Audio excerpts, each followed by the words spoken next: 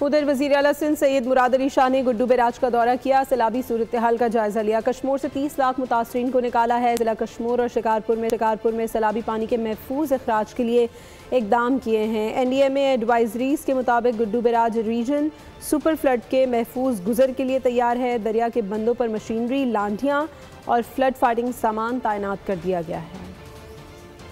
میں گزار ہوں وزیر اعظم پاکستان میاں محمد شہباز شریف صاحب کا، جنہوں نے ایگریکلچر اور کلائمیٹ ایمرجنسی لگائی ہے۔